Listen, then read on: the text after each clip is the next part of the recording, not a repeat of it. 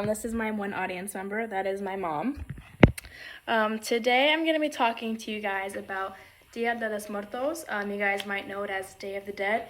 It is a celebration that takes place in Mexico on the 1st and 2nd of November every year.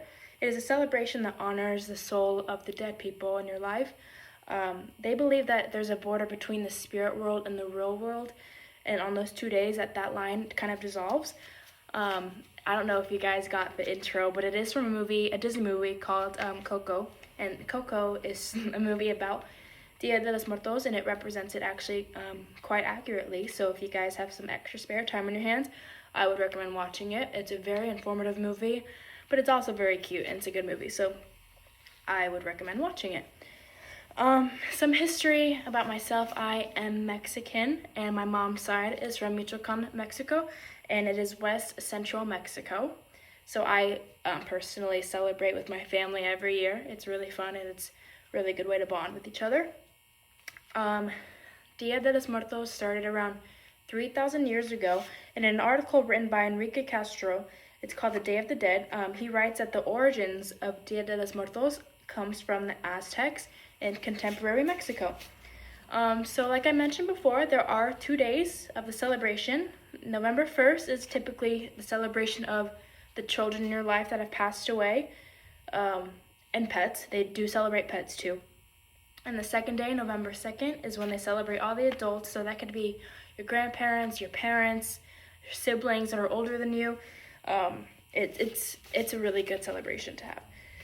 And I noticed that there is a lot of misconception of Dia de los Muertos. I have personally actually heard some things like, isn't it just Halloween? But that couldn't be any further from the truth. But it's okay to inform people and let them know. But an article written by Mike Schwartz, the article is called What It's Like to Experience Dia de los Muertos in Mexico. He writes, the celebration is quite misunderstood, resulting in selective media coverage and pop culture influence, which I agree, it is very misrepresented, unfortunately, but that's okay. That's why I want to talk about it and let you guys know that it's more than just what you guys see. I also have come across another article that reads, it is from the Day of the Dead article on History page. It mentions how the celebration is used to celebrate the deceased's favorite things, such as their food, their drinks, and that's something that, like I mentioned earlier, my family does use this time to celebrate. So we do use an ofrenda, which is an altar, and it typically represents the 4 different elements. Fire, which you typically would light candles to guide the spirits on where to go. Water, and they use pitchers of water because of the thirsty travelers, which is the spirits.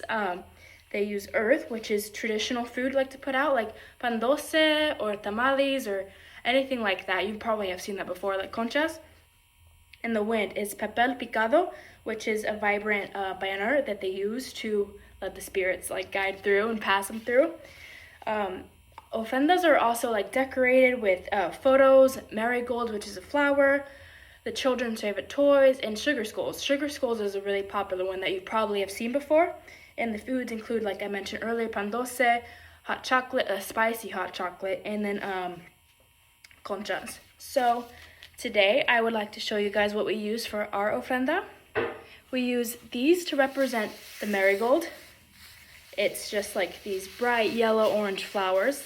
It's very beautiful. The real ones are really pretty, but obviously we can't keep those because they will die. And like I mentioned with the banners, this is what they use. Typically you'll see it definitely in celebrations. It's very beautiful, very bright, vibrant. And you see the little holes, that represents what the souls would pass through. And then here we have a table cover. This is what they would use typically on an ofrenda, which is an altar. You see some sugar skulls on it. It's very beautiful and very vibrant. It's a very happy celebration. It's not really a sad one where you mourn or grieve. It's just a celebration of life. It's a really fun activity, and lots of dancing and celebrations are going on. I have been lucky enough to actually have been in Mexico twice during the celebration, and I will include some pictures and videos down there if you guys would like. And this is a sugar skull. This might be the most common one you guys see. It's cute, very cute little celebration. People like to paint their faces and stuff. And here I have some pictures for you guys, just to give you an example of what they would put on the ofrenda. This is my Grandpa Garcia, my Grandma Garcia. This is my abuelito and my dog. Both of them have unfortunately passed away, but that's what we put them on the ofrenda for. This is my tia Nancy. And then this is my, oh, don't mind my thing. This is my abuelita, who passed away, unfortunately. But I hope you guys watch the movie Coco. It's a really fun, good movie, and I hope you guys enjoyed this and got to learn a little more about my culture. Thank you, guys.